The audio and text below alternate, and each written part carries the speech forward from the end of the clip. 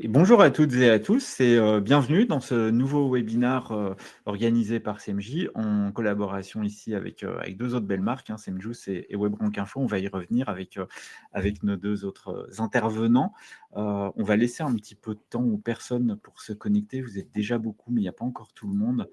Donc voilà, on a beaucoup de bonjours dans le chat, je les vois tomber. Gaël, Katia, Frédéric, Mathilde, Alban, bonjour à tout le monde. Bonjour évidemment Damien et Olivier, qu'on va présenter tout à l'heure pour ceux qui ne les connaîtraient pas, mais je pense qu'il y en a beaucoup qui les connaissent déjà. Et voilà, je vais laisser jusqu'à 11h02, 11h03 tout le monde pour se connecter. Comme d'habitude, n'hésitez pas à partager un petit peu ce que vous faites, votre activité. Est-ce que vous êtes plutôt expert SEO? Est-ce que vous êtes plutôt côté CMO, marketing? C'est quoi votre casquette finalement? Ça nous intéresse pour voir un petit peu les profils de tout le monde. Et c'est toujours sympa en cette belle journée qui a l'air ensoleillée dans toute la France, si j'ai bien compris. À part le sud-ouest. Désolé pour les gens du sud-ouest, il paraît que c'est pas ouf côté sud-ouest. J'écoute la météo le matin. Donc voilà. Alors vous faites quoi dans la vie, tout le monde? Dites-nous, ça nous intéresse. Voilà, un responsable marketing pour Fabrice, donc super intéressant. Chef de projet marketing dans l'industrie. Voilà, c'est chouette ça, on voit tout le monde. Et comme ça, on voit un peu les profils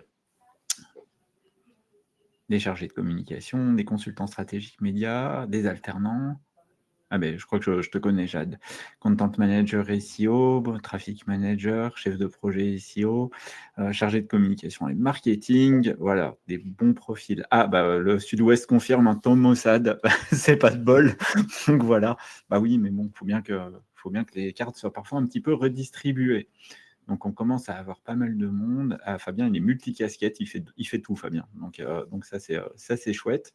On a beaucoup de gens et c'est très cool. Je laisse encore une toute petite minute. Et puis, on va démarrer. Alors, je vais présenter le webinaire un peu de manière plus complète tout à l'heure, mais on va avoir besoin, et évidemment c'est le but, de beaucoup de vos questions, en fait, pour Damien, Olivier et moi-même, si vous le souhaitez. Donc voilà, préparez-vous pour vos questions, parce qu'on va consacrer beaucoup de temps, en fait, à vos questions. 30 minutes, je crois, me semble-t-il. C'est 30 minutes qu'on va consacrer aux questions et aux réponses, donc on va être vraiment très, très interactif aujourd'hui. Je vous propose qu'on démarre. Il y a l'air d'y avoir pas mal de monde. Ça a l'air de bien fonctionner. Donc, on va démarrer tout de suite. Donc, voilà. Intelligence artificielle, SEO et contenu, décryptage des tendances et bonnes pratiques pour 2025. On est le premier jour du printemps. 2025 a commencé maintenant, on est depuis 3 mois. Et puis, on a cette chance, en fait, de faire ce webinaire avec de belles personnes, j'ai envie de dire. Donc, Olivier Dufay, Damien Oulagnon et moi-même. Et je vais d'abord laisser Olivier se présenter à tout le monde. Oui, salut à toutes et salut à tous. Je suis très content d'être parmi vous.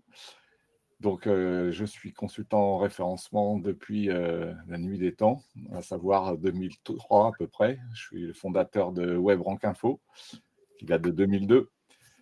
Et donc, je fais de l'audit et du consulting et de l'accompagnement pour mes clients depuis cette date. Voilà.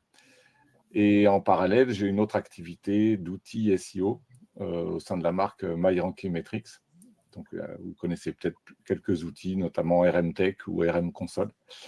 Et ce qui nous anime le plus, c'est l'innovation et puis le contact humain qui complète très bien les outils.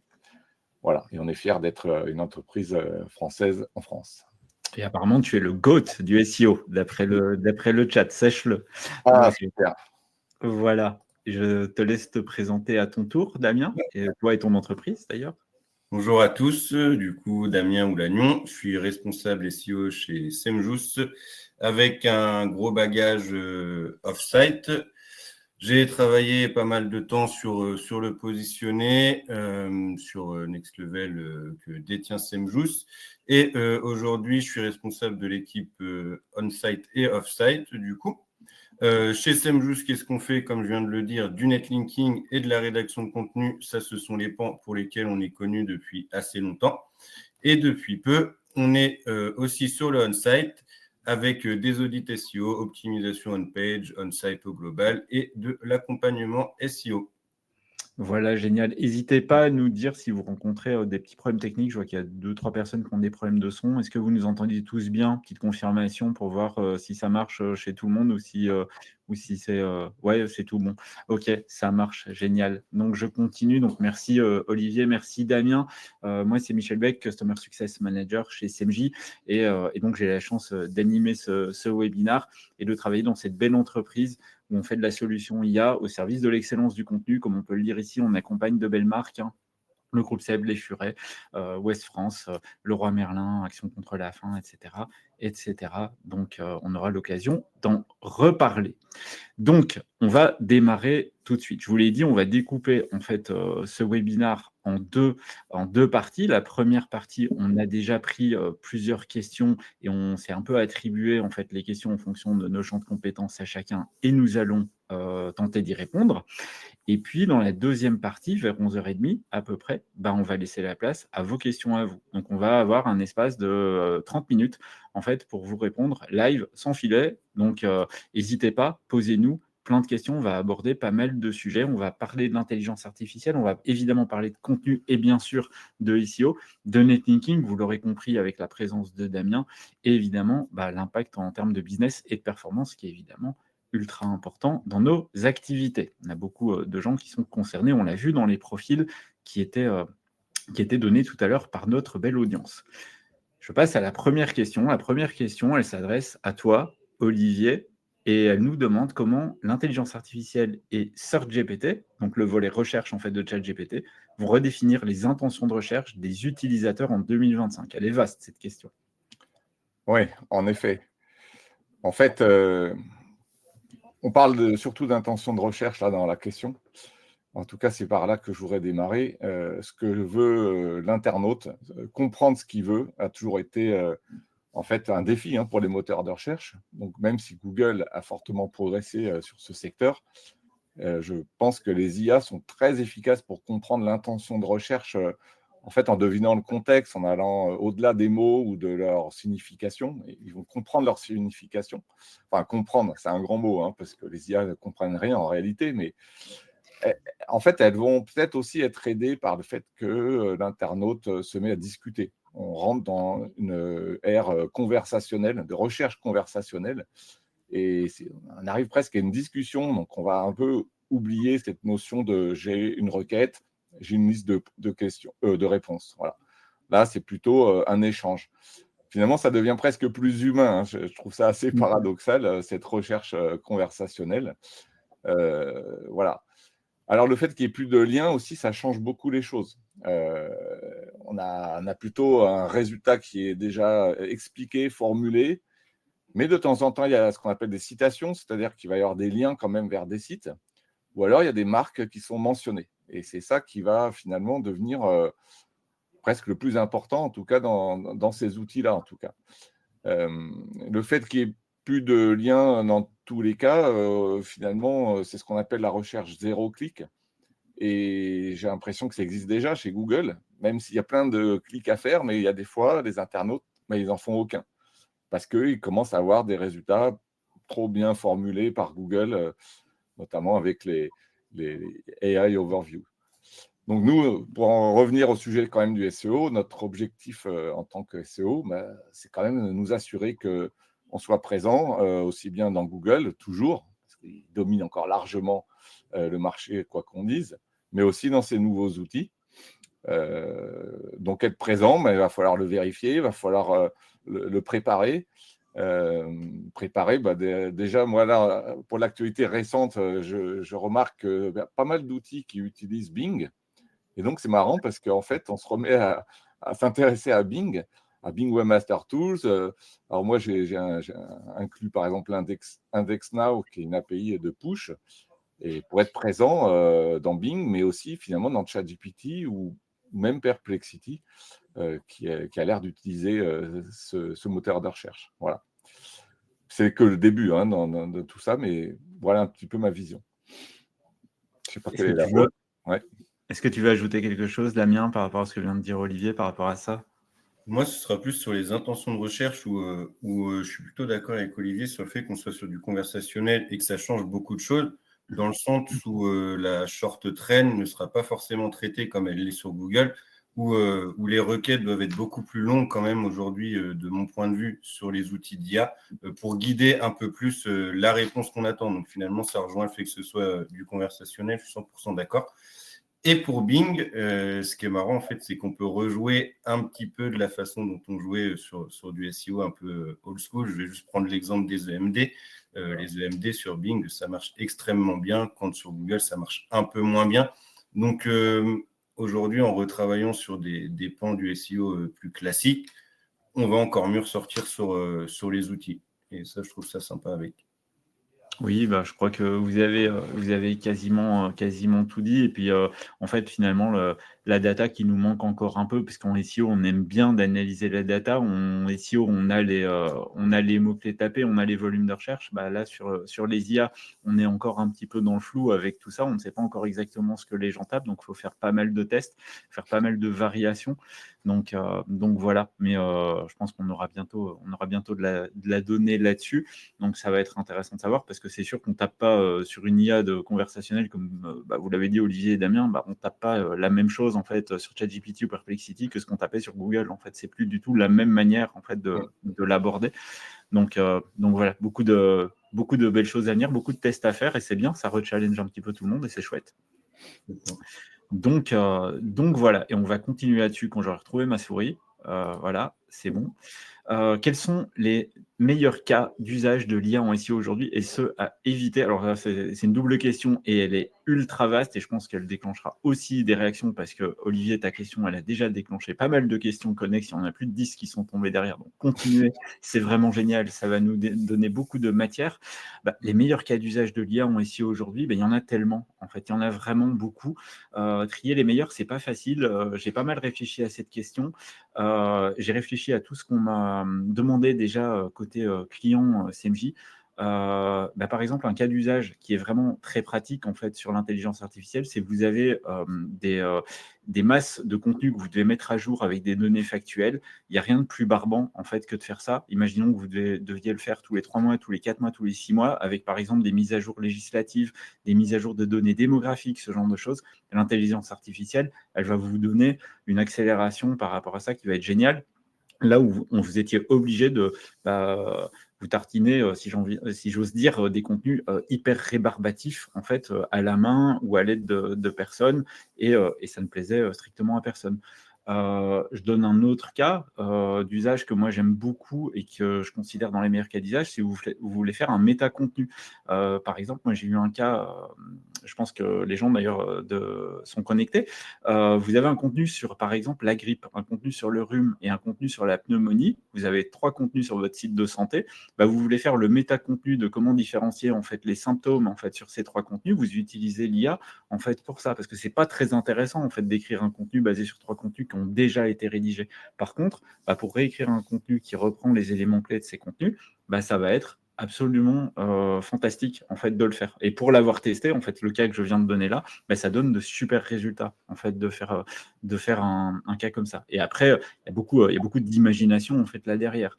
Par contre, sur ceux à éviter, moi, je dirais la première chose à éviter quand on va travailler avec de l'intelligence artificielle, et c'est pas mal de gens se sont plantés au début avec ça, c'est de se dire ok, c'est génial, il n'y a plus besoin de personne en fait pour rédiger des contenus, je peux totalement tout industrialiser, je clique sur un bouton et je rédige des contenus et c'est bon. Non, ils se sont très très vite fait démonter par Google, ces contenus-là. Je ne sais pas si vous vous souvenez, il y a eu des tests au début de ChatGPT, je crois que 3 mois après, toutes ces pages-là étaient tombées, me semble-t-il. Je ne sais pas ce que vous en pensez, Olivier, Damien, si vous voulez ajouter quelque chose.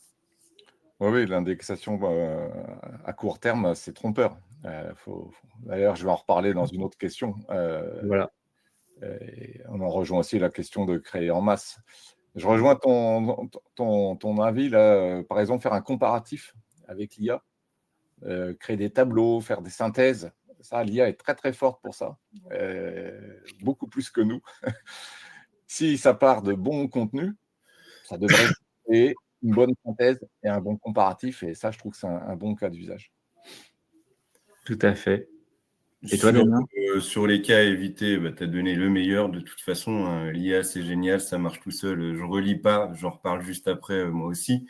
Et pour les meilleurs cas, c'est de trouver l'équilibre en fait sur les tâches, comme tu disais, un peu trop répétitives, hein, et où la valeur ajoutée n'est pas la plus intéressante, pardon. Je vais prendre l'exemple de la métadescription, où effectivement, ça n'a pas de poids dans les moteurs de recherche, mais on va quand même la remplir dans le cas où, je dis bien dans le cas où ça apparaisse en plus de ça dans les résultats de recherche et que ça joue sur le CTR.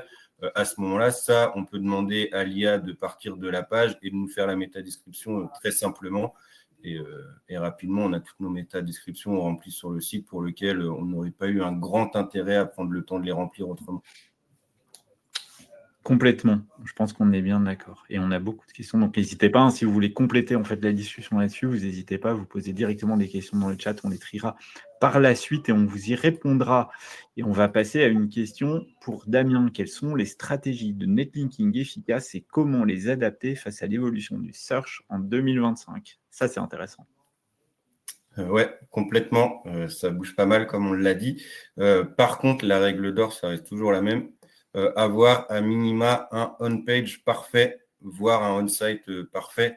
Par on-page, j'entends au moins donner la valeur en interne, en termes de maillage interne, aussi importante que celle qu'on veut donner à la page en termes de maillage externe, donc en termes de netlinking. Après, on a les optimisations classiques, dirais-je, avoir la bonne title, le bon contenu, bon H1.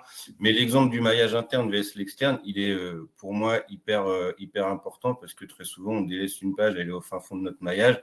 Et pour autant, on veut que ce soit celle-là qui reçoive des liens en externe. C'est pas 100% en adéquation, ma foi. Donc, c'est un des points de vigilance. Et quand je parlais du on-site aussi, c'est élargir à la strate globale du site. Typiquement, je veux ranker sur magasin plus Poitiers, par exemple, avec ma homepage. Si j'ai 50 pages autour qui ciblent des villes type Nantes, Lille ou autres très loin et que j'ai aucune antenne sur place, pareil, j'aurai du mal, j'aurai un boulet au pied côté on-site. Donc, il faut réparer ça avant toute chose. Et là, on aura du lien qui pourra donner. Aussi, vis-à-vis de l'IA, justement, c'est ce qu'on vient de dire.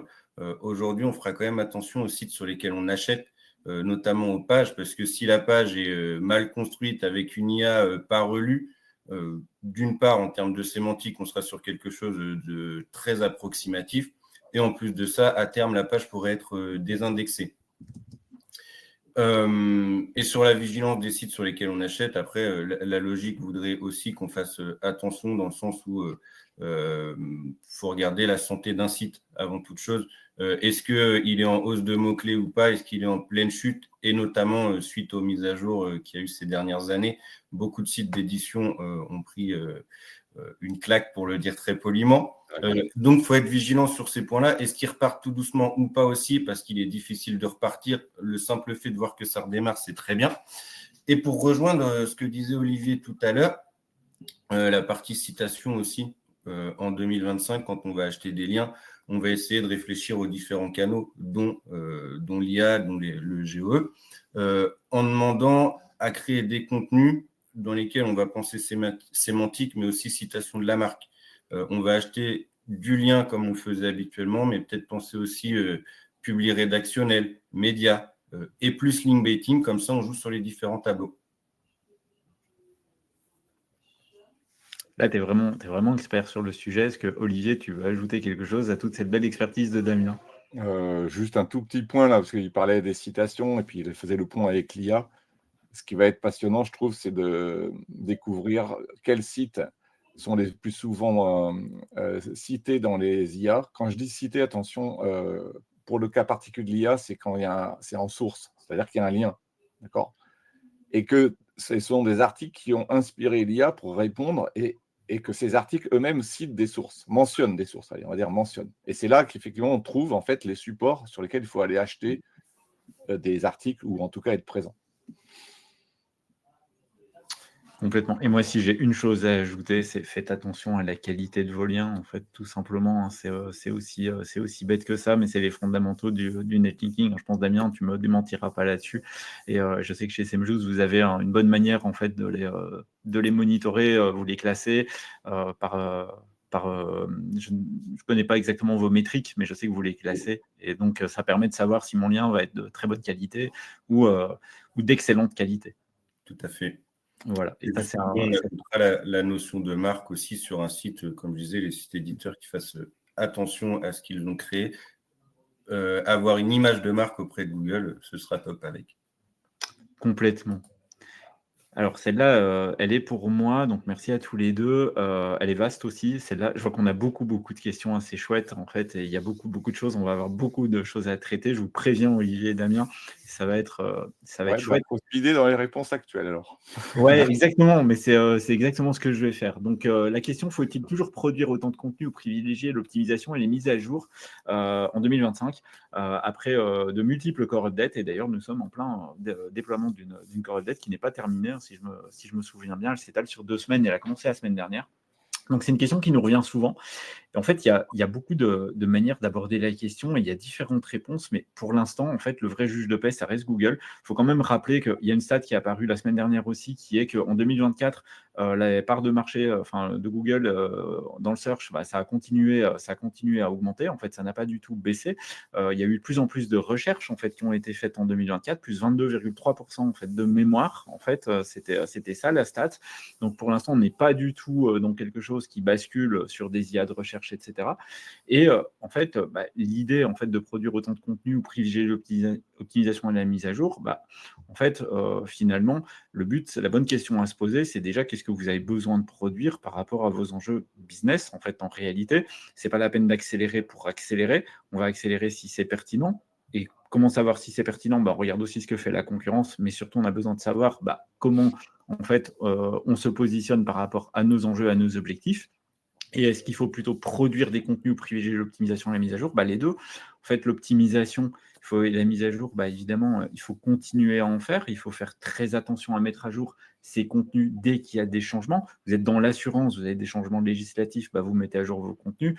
C'est hyper important. Et c'est d'autant plus important à l'ère des IA aussi, puisqu'on a cet enjeu qui est apparu et qui a besoin en fait de contenu ultra frais et toujours bien d'actualité. Donc, il faut faire très attention à ça et évidemment, bien connaître son actualité, hein. Ça, c'est quelque chose qu'on répète, nous, par exemple, chez SMJ à nos clients tout le temps. Connaissez bien votre actualité pour toujours réagir. Ne faites pas des optimisations pour faire des optimisations. Et sur la production de contenu, vous n'allez pas évidemment produire 300 contenus pour produire 300 contenus. Vous allez les faire avec un objectif en tête. Est-ce que vous développez des cocons sémantiques? Oui, vous pouvez continuer. Mais pour l'instant, en fait, on ne change pas en fait quelque chose qui fonctionne. On regarde ce que Google nous demande et Google nous demande toujours d'avoir un peu de la fraîcheur dans les contenus, des nouveaux contenus, des optimisations, des articles à jour et les IA, elles vont faire, à mon sens, exactement la même chose. Est-ce que tu es d'accord, Olivier? Je suis d'accord qu'il faut qu'on prenne du temps pour passer à la suite. On a plein de questions qui arrivent et on est en retard. Ça marche. Et toi, Damien? Plutôt d'accord. Importance de monitorer pour aviser entre on crée ou on met à jour. Ça marche. Et on passe sur une question qui est pour Olivier. Donc, il va falloir être clair et concis, Olivier, à ta propre demande. Comment les nouvelles mises à jour de Google changent la façon de travailler le SEO? Ouais. Alors, tout dépend un peu de ce qu'on appelle les mises à jour de Google. On pourrait revenir à 2023 ou 2024 parce que ce qui s'est passé, c'est qu'on a eu des révélations, enfin des confirmations en tout cas pour le SEO, de quelques éléments qui sont dans l'algo de Google. J'en ai retenu 3. Le premier, c'est l'importance de ce que j'appelle la satisfaction utilisateur, c'est-à-dire que je vais au-delà de l'UX, l'expérience utilisateur. Un petit schéma très simple, hein. D'abord, il faut réussir à être qualifié, c'est-à-dire avoir du bon on-page, pour reprendre le mot de tout à l'heure, être sélectionné et arriver dans le top 20 des SERP. Voilà, donc on a notre page qui sort dans le top 20. Et là, on va dire que Google il va ensuite nous tester avec des internautes qui vont voir nos résultats, ils vont cliquer, ils vont arriver sur notre site. Et là, il faut les convaincre. Il faut les convaincre que la page, c'est la meilleure pour ce qu'ils cherchaient. Et ces données comportementales de l'internaute, elles sont majeures, elles sont massives, elles sont énormément écotées par Google. Donc, c'est bien l'internaute à la fin qui juge. Voilà. Le deuxième point, c'est la notion de qualité globale. Google n'avait jamais dit que ça existait. C'était soi-disant toujours page par page. En fait, non, on a su avec les leaks, par exemple, qu'il y a des choses qui sont faites par section du site, très intéressant, et même à l'échelle de tout le site. Voilà. Ça peut concerner le crawl, l'indexation. Donc, Google il va se baser sur la qualité qu'il connaît déjà pour savoir si ça vaut le coup de continuer à crawler et indexer. Ça peut être aussi le fait que les nouvelles pages créées, au tout début, elles héritent de certaines métriques finalement moyennes du site. Donc ça, c'est hyper important à comprendre. Et surtout, ça veut dire quoi ? Ça veut dire tout simplement qu'il faut avoir suffisamment de pages de bonne qualité, parce que sinon, les prochaines que vous mettez en ligne, même si elles sont parfaites, eh bien, elles seront moins bien rankées, etc. Voilà. On a su aussi que Google s'intéresse à l'uniformité de la qualité des pages. Et ça m'a intéressé parce que moi qui ai mis en avant mon concept de page zombie, c'est exactement ça. Si vous avez trop de pages de mauvaise qualité, en tout cas tel que moi, mon outil RMTech permet de le repérer, eh bien ça dégrade le reste. Et puis je terminerai par un dernier point quand même, la notion de focalisation sur une thématique. Donc Google arrive à mesurer à quel point on est centré sur une thématique et pas éparpillé sur plein de thématiques de façon trop légère à chaque fois. Donc ça, c'était un sujet un peu plus nouveau. Voilà. Damien. Sur le multithématique, je vais rejoindre à 100% Olivier sur des tests où je me suis amusé justement à casser la thématique du site, sur des sites perso, j'entends bien évidemment. Et du coup, ça n'a pas du tout plu à Google. Retour sur la petite partie UX, ces derniers temps, j'ai vu sur un e-commerce la barre de il reste tant de produits qui faisait que l'utilisateur restait sur le site parce que petit à petit, la barre diminuait. Et donc, forcément, on avait l'information en HTML au-dessus de manière naturelle, mais on arrivait à capter l'utilisateur grâce à ce petit outil-là. Donc, c'est hyper important et on voit les sites évoluer dans ce sens. Ça marche. Merci à tous les deux. Je n'ai rien ajouté comme ça en avance parce qu'effectivement, sinon, on prendra du retard et on ne pourra pas répondre à toutes vos questions. Il y en a énormément. Et je pense que vous avez tout dit. Du coup, on enchaîne sur toi. Damien, c'est toi qui parlais et c'est toi qui continue. Comment est-ce qu'on va prouver l'impact du SEO en 2025 face à d'autres leviers, notamment comme le paid et le social ? Avant toute chose, certes, à terme, on va prouver que le SEO est moins onéreux et que c'est celui qui reste le plus dans le temps. Mais pour moi, ce qui est super important ici aussi, c'est de se dire qu'ils sont complémentaires. Et encore plus aujourd'hui. On va utiliser le paid pour tester une page, par exemple, au niveau de sa conversion. On va utiliser les réseaux sociaux, par exemple, pour découvrir des nouvelles niches aussi, que les outils type SEMrush ou autres ne connaissent pas forcément, où les volumes sur les outils les plus utilisés ne sont pas connus des internautes pour le moment. Et donc, juste avec les interactions sur les réseaux sociaux, on peut découvrir des niches comme ça. Sur les trends TikTok, on peut être très réactif également et créer des nouveaux contenus suite à cela. Mais très clairement, on parle bien souvent de synergie entre ces outils-là. C'est ça qui est le plus important. Donc, réussir à allier les deux, faire le test, découvrir ce que je viens de dire. Mais là où la différence se fera, effectivement, c'est dans le temps. Sur les réseaux sociaux, on va faire un push, ce sera ponctuel. Sur les réseaux sociaux, on va faire une publication qui finira par être noyée dans le flux. Quand avec le paid, on va faire du push sur les enchères, d'accord, mais quand on arrête, finalement, on peut tout perdre, du moins être beaucoup moins visible. Quand le SEO, une fois qu'on est positionné, sauf si mise à jour importante il y a, comme c'est le cas actuellement, ou changement de l'intention de recherche, la position qu'on a, à peu de choses près, on la gardera. Et donc, sur le temps, on s'y retrouvera bien mieux avec le SEO. Olivier, quelque chose à ajouter ? Ouais, je suis assez d'accord sur le côté pérenne du SEO. Après, on voit aujourd'hui le SEO d'une façon quand même beaucoup plus large qu'avant. On essaye de plus se centrer uniquement sur son petit site et son Google. Et effectivement, on voit le côté un peu omnicanal dont on parle de plus en plus. Et un autre complément, je pense aussi que Google n'aime pas quand un site fait tout son trafic par Google et surtout du trafic hors marque. Donc, en gros, s'il n'a pas de marque et qu'il n'y a pas de trafic qui vient d'ailleurs, bah, ça, c'est vraiment un site qui a été créé à 100% pour ranker et ça marche beaucoup moins qu'avant. Et je crois que vous avez tout dit. Et ça, on l'avait aussi vu, notamment dans les leaks, ce que tu viens de dire, Olivier, ça avait plutôt, c'était ressorti, me semble-t-il. On va passer à une question pour toi. Elle est vaste aussi, celle-là, et c'est la dernière, c'est pas la plus légère, c'est la dernière dans celle qu'on a préparée, après on passera aux vôtres. Quels sont les plus gros pièges à éviter lorsqu'on veut scaler une stratégie SEO avec de l'intelligence artificielle? Ça, c'est une question intéressante. Oui, exact. Alors, juste en intro, en rappel, Google, il n'est pas contre notre utilisation de l'IA pour le SEO, mais il y a quand même des consignes à aller regarder, à aller lire peut-être entre les lignes. C'est-à-dire que dès qu'on rentre dans une production en masse, ça peut clairement être assimilé à du spam.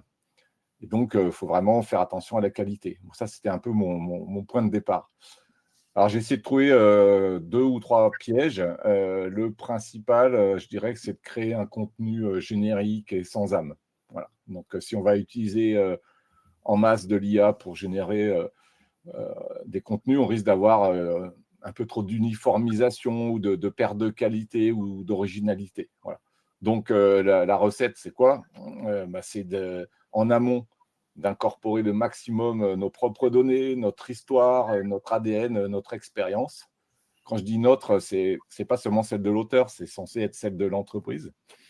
Et puis, en aval, évidemment, valider tout le temps par des humains, voilà, quelle que soit la quantité. Il ne faut pas négliger de vérifier la véracité, évidemment, de ce que nous sort l'IA. De temps en temps, on a des surprises. Moi, ce que je trouve difficile, c'est que c'est rare qu'il y ait des problèmes et donc on finit par oublier qu'il puisse y en avoir. Voilà. À la fin, donc, ce contenu doit être donc avec on doit reconnaître la marque, on doit avoir un ton unique, on doit avoir ses valeurs et tout. Ensuite, deuxièmement, le risque, c'est d'avoir du blabla avec ce que j'appelle la faible densité d'informations. Et pourtant, c'est un des éléments majeurs de l'algo de Google aujourd'hui. C'est la densité d'informations et la facilité pour l'internaute à trouver ce qu'il venait chercher. Donc là, je dirais qu'avec l'IA, on a tendance à produire des contenus trop longs parce que le nombre de mots, il ne compte plus, alors qu'avant, il comptait, on va dire, il coûtait. Et c'est un super piège, en fait, ça. Parce que si on fait un contenu qui est beaucoup trop long et qui est insipide et qu'on finit par plus trop savoir où est-ce qu'on venait chercher, ben, on a tout raté, quoi. Voilà. Donc, d'ailleurs, ça me fait penser à un conseil que je donnais avant même qu'on parle d'IA et pour répondre à la question, c'est quoi la meilleure taille de contenu? Moi, je dis toujours, faites aussi court que possible et aussi long que nécessaire. Et en fait, c'est pareil avec l'IA. Voilà. Et dernier point, pour moi, il est évident et il ne concerne pas que l'IA, c'est qu'il faut tester. Il faut toujours tester et valider que ce qu'on fait fonctionne. Voilà. Et un des pièges aussi, d'ailleurs, ça rejoint ce qu'on avait dit au tout début, c'est de tester à court terme. Donc, on teste pendant 2 semaines, 1 mois, puis on dit « Waouh, ça décolle, génial, allez hop, je fais x10, enfin 10 fois plus de contenu, puis après 100 fois plus de contenu. » Et puis après, on se prend un mur. Donc, moi, je mesure toujours mes actions. C'est pour ça que je l'ai introduit dans mon outil. Je veux que ce soit facile. Donc, avec des données Search Console, par exemple, vous récupérez évidemment le trafic, mais aussi tous les détails. Sur quels mots-clés vous sortiez avant, après, avec quelle position et tout. Et si vous avez d'autres métriques à associer, peut-être des conversions, c'est idéal. Et puis, n'oubliez pas, faites ça régulièrement. Faites pas ça juste, je teste sur 10 pages pendant 1 mois et je suis content. Non, il va falloir tester souvent. Voilà. C'est mes trois principaux pièges à éviter. Et là, je pense que tu as mérité ton titre de GOAT du SEO parce que ça, c'était une réponse. Damien, Ouais, mais c'était facile, j'avais eu le temps de préparer quand même. c'est vrai. Damien, Ouais, c'est important. Très complet. Attention à ne pas perdre l'humain au milieu de l'IA. Oui, et moi j'ajouterais simplement que pour ceux qui connaissent CMJ, vous savez qu'il y a des fonctionnalités qui correspondent à tout ce que vient de dire Olivier. Rédigé avec une brand voice, une IA qui a été entraînée sur votre tonalité éditoriale, la knowledge base qui permet de mettre vos propres ressources, vos propres documents à l'intérieur de l'IA, les sources additionnelles, le fact-checking en fait qui servent à ça, de caper aussi les générations sur des limites de mots, nos instructions personnalisées. Donc c'est raccord avec ce que vient de dire Olivier. Et voilà, je n'irai pas plus loin que ça et on va passer à vos questions puisqu'on a un petit peu débordé. On a débordé de 5 minutes, ça va, c'est pas extrême. Et on va passer à vos questions. Il y en a énormément. Voilà, il y en a vraiment énormément. On va regarder un petit peu tout ça. Alors, il y en a qui ont beaucoup de votes. La première, elle va être pour toi, Olivier. Je crois que c'était d'ailleurs la première question qui a été posée. Elle a eu pas mal de votes. Elle est d'Olivia. Alors, je ne sais pas comment elle va apparaître. Alors, j'aimerais l'avis du GOAT du SEO français. Je lis sur LinkedIn des très grands experts SEO anglo-saxons qui disent que le SEO est mort avec l'arrivée des IA, plus de trafic organique et le peu de trafic organique qui viendra d'IA sur un modèle que Google. Ah oui, d'accord. Donc, on n'a pas toute la question. Pourrait vouloir monétiser. Du coup, c'est vers le social, là où se trouve notre cible, que l'on devrait se tourner pour toucher et attirer. Donc, ma question, est-ce que le modèle SEO avec Google est mort du fait de l'usage croisant de l'IA ? Le fait qu'on aura moins de trafic organique, je pense qu'il faut être honnête, c'est vrai. On aura moins de trafic. Maintenant, est-ce que vraiment tout le trafic non qualifié, ou en tout cas qui ne générait pas de conversion, nous intéresse? Il va falloir un peu se détacher de métriques qui ne sont pas assez proches du business, c'est-à-dire des métriques de type du trafic, tout simplement. Ou même encore pire, juste du ranking sur certains mots-clés. Ça, c'est vrai qu'il va falloir un peu plus le regarder de loin et se concentrer sur les conversions que ça génère. Mais on est en train de découvrir ce qui se passe parce que y a des choses qui se passent sur les moteurs IA. C'est en énorme croissance, mais ça reste très mineur pour l'instant. Donc, c'est vraiment un peu tôt pour dire que Google est mort, quoi. Ça me paraît un peu prématuré quand même. Je pense qu'on est bien d'accord. Damien, tu es d'accord ? On a souvent dit que Google était mort pour le coup, et ça n'a jamais vraiment été le cas. Après, je pense qu'effectivement, ça va rejoindre ma question, c'est de plus en plus important de penser multicanal, et ça peut nous protéger aussi si jamais ça finissait par être le cas pour Google. Mais les parts de marché, aujourd'hui, on s'y retrouve quand même largement encore. Largement. Et effectivement, comme l'a dit Olivier, ça monte effectivement les usages d'intelligence artificielle, mais dans l'impact sur le search actuellement, ça pèse encore vraiment pas grand-chose. Ça reste encore anecdotique et puis on verra comment ça évoluera. Alors, qu'est-ce qu'on va prendre comme question ? Du coup, ça c'est quand même, je pense, assez intéressant. Elle est de Ludovic. L'un ou l'autre, si vous voulez répondre, est-il possible de checker son référencement dans les différents LLM ? Puisqu'on a dit de faire des tests, on a dit d'aller regarder, mais est-ce que c'est possible finalement de vérifier son référencement ? Et si c'est possible, comment on fait ? Oui, ça commence à arriver des outils qui font ça. Ce serait un peu prématuré que je vous dise que je vais en sortir un, mais ça me ferait bien plaisir. C'est un sujet majeur du moment, effectivement. On est obligé de voir l'évolution, on est obligé de savoir si on est mentionné, si on est cité avec un lien, ou quels sont nos concurrents, ou comme je disais tout à l'heure, sur quel site l'IA semble se baser beaucoup pour ensuite mentionner des marques dans ses réponses. Et donc, il faudra être présent dans ces médias, on va dire. La difficulté, c'est qu'il n'y a pas de notion mots-clés, résultats, et qu'on ne connaît pas les prompts que font les gens, et qu'en fait, c'est des discussions, et que les résultats changent quasiment à chaque minute, ou même quand on le relance, on a d'autres résultats. Donc, j'ai l'impression qu'il faut quand même avoir un espèce de pool de prompts qui représente la thématique sur laquelle on voudrait être présent, et puis les tester tout simplement à une certaine fréquence sur les LLM. Et puis, décortiquer les réponses. Est-ce que ma marque, elle est mentionnée? Est-ce qu'elle a gagné un lien? Et si ce n'est pas le cas, qui l'a fait? Est-ce que c'est mes concurrents? Ça arrive, ces outils, voilà. C'est vraiment des sujets sur lesquels il faut se placer, ouais. Et apparemment, ça arrive chez toi, Olivier, hein, si j'ai bien compris. Ouais, je travaille dessus, ouais. Je Ça, ne sais pas si je vais pouvoir le sortir, mais on verra. ça marche, hyper intéressant. Damien, tu voulais peut-être dire quelque J'aurais chose? juste un petit point de vigilance sur le fait que les outils nous donnent des réponses très personnalisées aussi. Et donc, selon les résultats que je vais avoir sur une requête, tu n'auras pas forcément la même chose que moi. Et donc, difficile d'évaluer le référencement à ce moment-là. Mais sinon, aujourd'hui, le check le plus simple, c'est comme disait Olivier, c'est faire ses propres comptes et voir ce qui ressort. Et j'ajoute, moi, par rapport à ça, pour compléter ce que tu dis et qui est très vrai, c'est que si tu fais exactement la même requête à 15 minutes d'intervalle, tu n'as pas forcément exactement la même réponse et tu n'as pas exactement les mêmes sources non plus de citer. Donc, ça donne pas mal d'enjeux.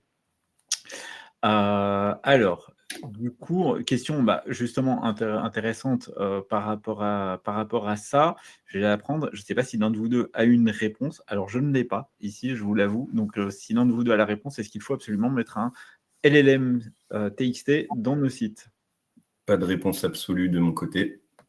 Voilà, pas plus pour moi, hein, très honnêtement. Ouais. Alors, c'est beaucoup plus compliqué qu'il n'y paraît, hein. Au début, j'ai cru que c'était l'équivalent du robot TXT, avec en gros des hello ou des dis-hello, et en fait, absolument pas. C'est comme si on inventait un nouveau format pour faire digérer au LLM nos contenus, dans un format pas HTML, mais plus proche de ce qu'ils aiment digérer. Donc, c'est un peu, je trouve, pour l'instant, ça fait un peu presque usine à gaz. Ça me fait presque penser à AMP quand on crée des deuxièmes pages, des deuxièmes versions de nos pages. Mais bon, évidemment, on surveille ça de près. Pour l'instant, je vois pas vraiment d'impact. Ça marche. Merci Olivier. Je vais en prendre une spécifiquement pour Damien que j'ai vu ici. C'est encore Ludovic. Quel est ton avis sur le relinking? Que ça fonctionne très bien. J'ai actuellement des campagnes où on a divisé le budget et 2/3 de ce budget-là, c'est du relinking pour le coup, avec un client historique.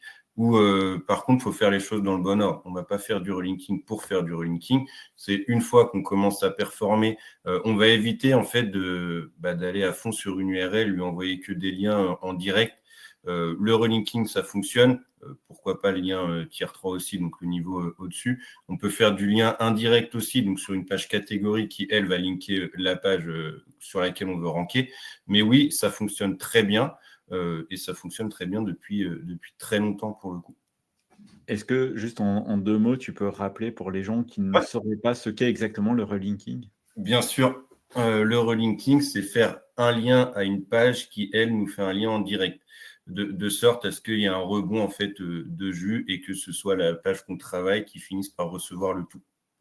Voilà, c'est une technique de netlinking qui est éprouvée et qui fonctionne très bien de mémoire. Alors celle-là, je vais la prendre, elle m'intéresse et je vous laisserai compléter.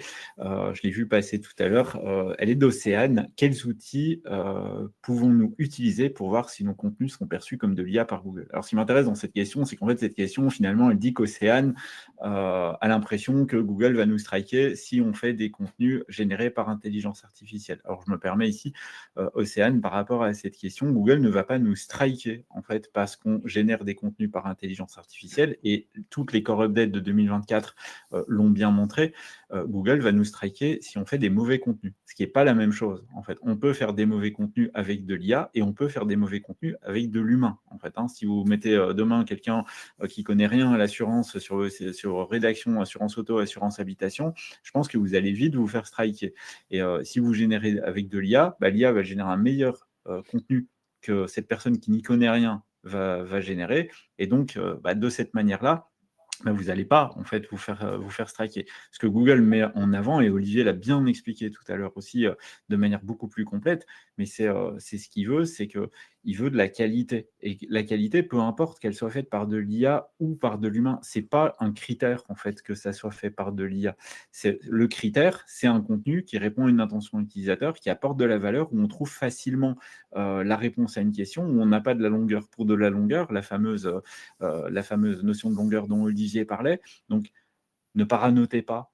Ça, c'est mon message en fait sur Google va s'apercevoir que j'ai fait des contenus avec de l'IA. Non, si vous avez un contenu qui est avec de l'IA et qui est de qualité et qui a la même valeur qu'un contenu qui aurait été fait par de l'humain parce que vous l'avez bien vérifié, vous l'avez bien fait expertiser, vous avez bien nourri avec de la connaissance et vous avez bien adapté ça à votre tonalité éditoriale et tout est raccord, bah, Google ne va pas vous sanctionner.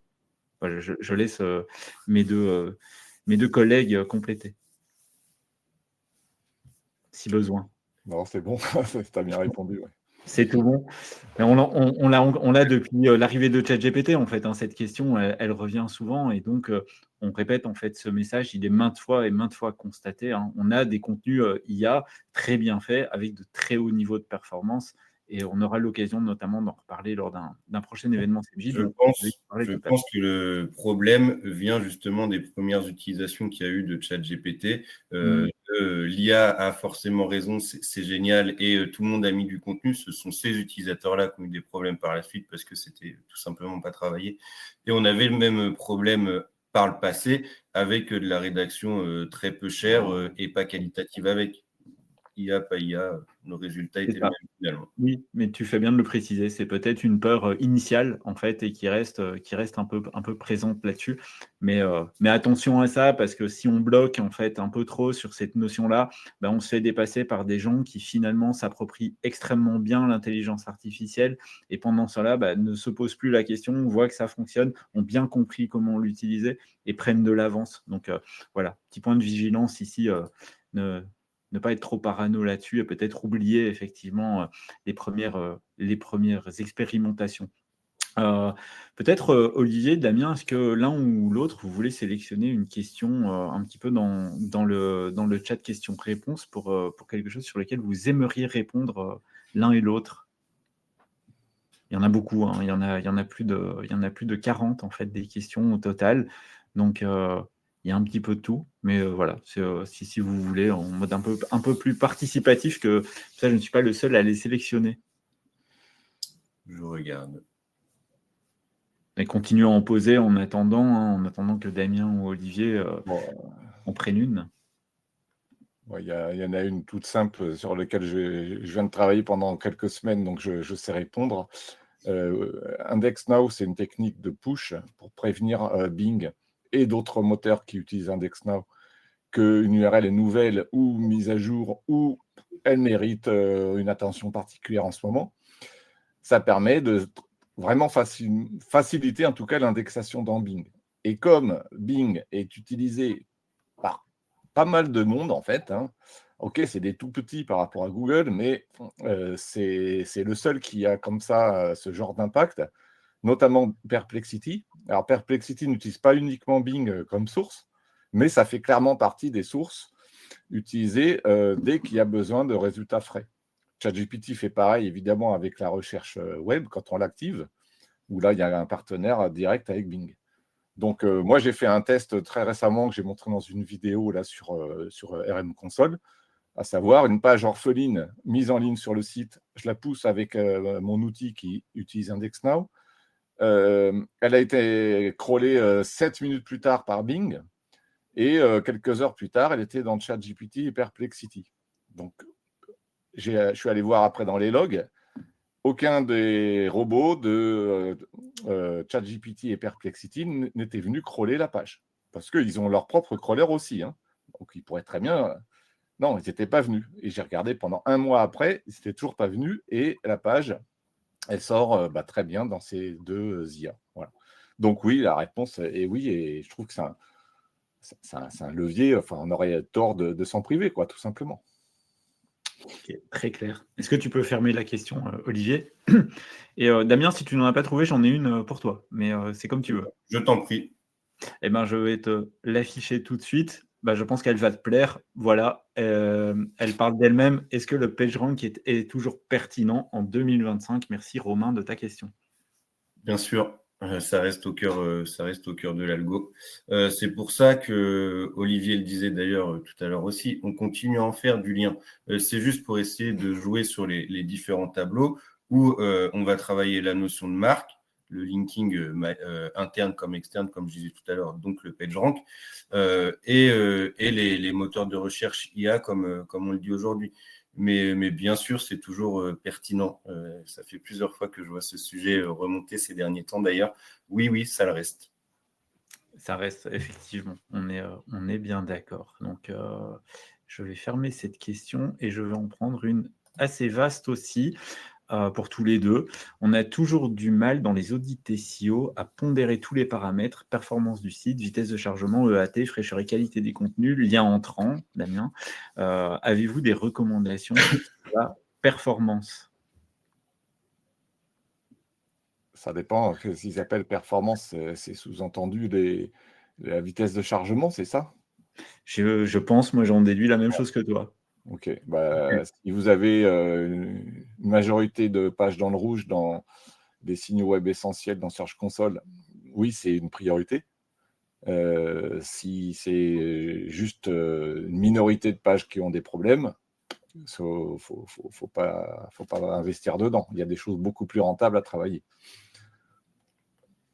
Pour ma part, je dirais que le temps de chargement, les performances dites comme ça, faut aussi attendre de bien se positionner parce que les travailler en amont sur une URL, enfin sur une requête où on n'arrive pas du tout à ressortir, dommage parce qu'on n'a pas encore du trafic. Derrière, le trafic, faut l'assumer. On va rejoindre le sujet UX de tout à l'heure avec justement un temps de chargement correct.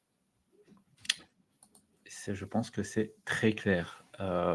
Damien, est-ce que toi, de ton côté, tu as pu sélectionner une question? Est-ce que tu veux que j'en sélectionne une? J'en ai une. Ouais, t'en as une, génial. J'en ai une parce que c'est suite à ce que je disais tout à l'heure sur les métadescriptions.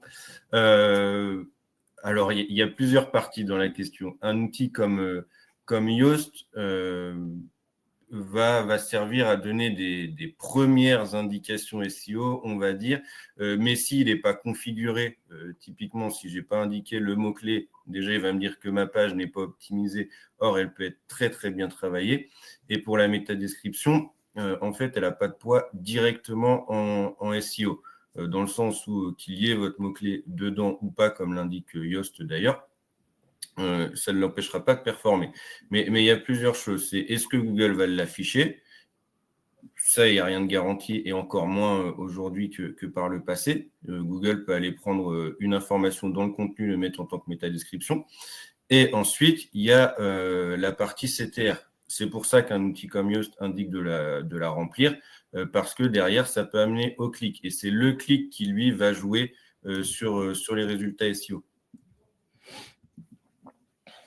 Voilà, je l'avais repéré aussi, cette question, effectivement, et je suis content que tu l'aies prise. Tu peux peut-être cliquer sur le petit moins pour la fermer. On va prendre une question ici qui est de Ludovica. Je la trouve intéressante et j'aimerais bien votre avis là-dessus parce que le prompt engineering et la question de Ludovica, c'est où se former au bon IA prompt engineering pour pouvoir bénéficier à fond en tant que marketeur des avantages de l'IA. Je pose cette question intéressante puisque dès l'arrivée de ChatGPT, on a commencé à dire que tout le monde allait devoir se former à prompter et que tout le monde allait devoir devenir prompt engineer. Donc, on l'a énormément entendu. C'est un peu moins le cas maintenant. Pourquoi ? Parce que énormément d'outils, par exemple tels que CMJ, automatise une énorme partie des prompts. Donc, j'ai envie de vous poser la question et de retourner un petit peu la question de Ludovica là-dessus. Avant de se demander où se former au bon IA prompt engineering, est-ce que pour vous deux, c'est encore un sujet en fait de se former là-dessus ou est-ce que vous pensez qu'on va de plus en plus aller dans le sens de l'automatisation des prompts? Finalement, connaître la logique, c'est intéressant, mais il va peut-être y avoir de moins en moins de prompts. Je ne sais pas ce que vous en pensez tous les deux. Oui, effectivement, je suis d'accord globalement avec toi qu'il y a moins besoin qu'avant d'être un expert du prompt engineering. D'ailleurs, on pourrait demander à l'IA de nous aider à faire les prompts et donc c'est un peu le truc serpent qui se mord la queue. ce qu'il faut apprendre, c'est quand même à dialoguer en fait avec l'IA et à l'aiguiller vers ce qu'on veut et à lui dire là où elle s'est trompée ou ce qui ne nous intéresse pas. En fait, c'est apprendre à demander pour être sûr que la réponse nous plaise, en fait. Voilà. Après, pour rentrer dans vraiment les détails, et c'est ça, hein, le prompt engineering, je connais pas, j'ai pas de nom là comme ça en tête hein, de sites, mais je sais qu'il en existe plein. J'en avais regardé il y a 1 ou 2 ans. Voilà. Il y a un très bon livre aussi qui s'appelle Hyperprompt de Flavien Chervet là-dessus. Très très bon bouquin que je vous recommande si vous êtes intéressé par la notion de prompt. Un livre qui donne énormément de cas intéressants, de cas pratiques. Donc c'est pas un bouquin de théorie, c'est un bouquin où vous mettez du ChatGPT ou autre IA à côté, vous prenez le bouquin et vous pouvez directement jouer avec. Voilà. Donc merci Olivier pour ta réponse. Je vais prendre celle-ci de Fadel. Google Core Vitals, Major Update de mars, vos insights, comment est-ce que ça va nous affecter et quand est-ce qu'on peut constater des changements officiellement? C'est la question qu'on a toujours eue avec les Core Updates, c'est les gens, on est en plein déploiement d'une Core Update et les gens viennent nous demander comment est-ce qu'on fait pour voir les changements, comment est-ce qu'on s'adapte à ça et comment est-ce qu'on monitor ça? Ma réponse à moi, c'est on fait strictement rien. On commence, autrement dit, on commence par attendre. Là, on disait qu'elle prenait 2 semaines. Donc, à minima, attendre les 2 semaines, voire un peu plus.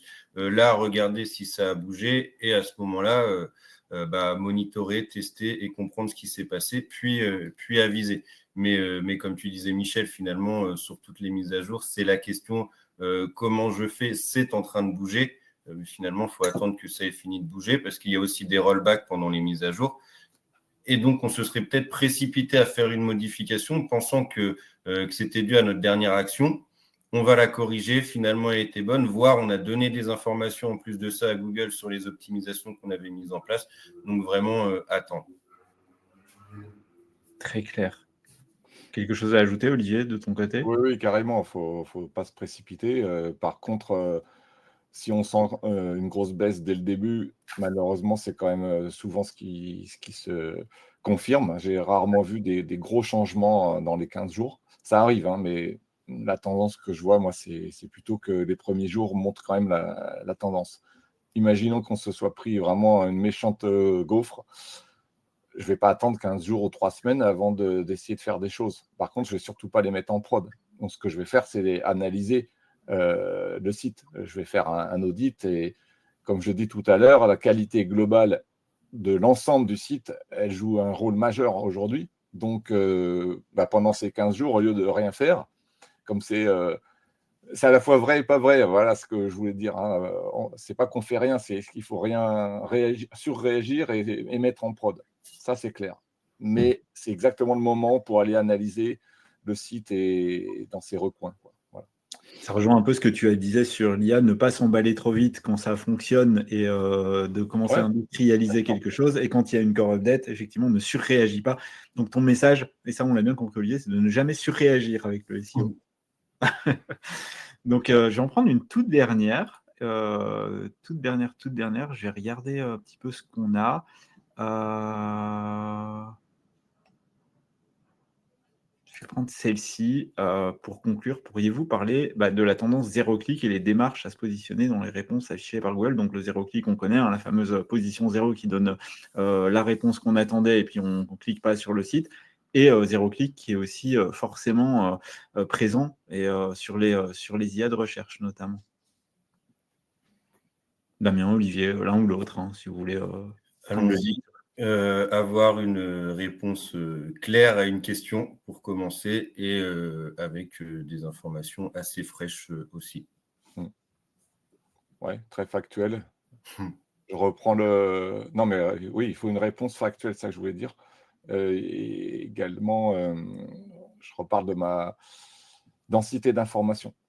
Si votre contenu, on met des 3 plombes à comprendre la réponse, c'est foutu, quoi. Voilà. Donc ça, on est très habitué depuis qu'il y a les positions 0, qu'on ne répond pas avec 20 lignes quand on peut répondre avec 3 ou 5. Voilà. Mais je pense que cette tendance zéro-clic, elle va augmenter, hein, on est d'accord. Et pas que dans les IA, parce qu'aujourd'hui, Google, il ne fait pas exactement la même chose que, mettons, ChatGPT, même s'il commence un peu à le faire, par exemple aux États-Unis avec les AI Overviews. Mais pourquoi il ne le fait pas? Enfin, il le prépare, on l'a vu avec l'IA mode, hein, le mode IA. Tout simplement parce que, un, ça lui coûte trop cher, beaucoup plus cher, et deux, il gagne beaucoup moins d'argent avec. Mais sinon, il le ferait là tout de suite, il le ferait. Et là, on verrait les tendances zéro-clic augmenter en flèche. Mais donc, ça va arriver quand même. Ça va arriver, mais ils y vont doucement. Tant qu'ils restent à peu près bons en part de marché, bah, ils n'y vont pas trop. C'est un peu ma vision des choses. Voilà. Ça marche. Merci à tous les deux. Et là, on va passer à la conclusion. On a 2 minutes de retard, donc ça va, on a bien tenu le timing. Merci à tout le monde pour vos questions. Elles étaient très intéressantes et on va passer aux 3 derniers conseils à retenir. Je te laisse commencer, Olivier, puisque c'est à toi. Ah bah moi, je vais juste lire ma réponse. Hein. Votre priorité, c'est la satisfaction de l'utilisateur. Voilà. Votre page doit correspondre à ce qu'il espère trouver. Voilà. Et ça joue. Ça rejoint un des points que j'avais donné au début. Hein, c'est que pour en arriver là, il faut avoir déjà fait tout un boulot en amont, on-page, off-page, etc. Mais à la fin, le juge, c'est l'internaute sur votre page. Et quand on parle du X, pitié, ne me dites pas que c'est le temps de chargement. Il y a beaucoup d'autres choses à dire sur l'expérience utilisateur. Et donc, ça va jouer. C'est aussi bien le fond que la forme qui vont être importants. Voilà. Je te rejoins complètement. Et je laisse Damien nous donner son bon conseil de conclusion. Moi, ça va rejoindre mes 2 questions du début, finalement. C'est de penser multimarque, multicanal, penser marque, justement, être sur les différents leviers. On travaille le SEO, on travaille le GEO, mais on va travailler aussi les leviers, comme on disait tout à l'heure, le paid, les réseaux sociaux, le fait de devenir une entité nommée, vraiment être une marque, penser multicanal, ce sera un gros plus et justement obtenir du trafic de ces différents leviers. Voilà, merci Damien. Et pour ma part, je vous l'ai déjà dit, mon conseil, c'est de produire des contenus à très haute valeur ajoutée, d'utiliser des fonctionnalités d'intelligence artificielle avancées. Les tons de voix, c'est important, entraîner l'IA avec vos tons de voix. Les sources additionnelles, il faut la nourrir l'IA avec des sources de qualité.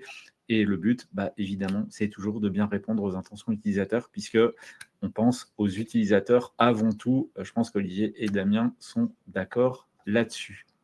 Donc voilà, un grand merci à toi, Olivier, et à toi, Damien, parce que c'était beaucoup d'éclairage, c'était très intéressant. Les questions n'étaient pas faciles, on avait une audience engagée et qui était très investie. Donc merci aussi à toute notre belle audience. Et cette belle audience, elle va pouvoir revenir nous voir très bientôt, donc les 8 et 9 avril, avec notre événement AI Scope. On va parler d'IA. On va parler d'IA dans le marketing et le SEO. On va parler avec 5000 personnes. On va avoir 16 conférences. C'est du jamais vu. En fait, vous connaissez nos SEO Square. On n'est jamais monté SEO en termes de conférences. C'est 100% en ligne. C'est gratuit, évidemment. Donc, n'hésitez pas. Inscrivez-vous. Michel, du côté marketing chez SMJ, vous a mis le lien dans le chat. Et plus on est de fous et plus ce sera génial. Donc, un grand merci à toutes et à tous. Merci Olivier, merci Damien, c'était top. Merci pour l'invitation. Ouais.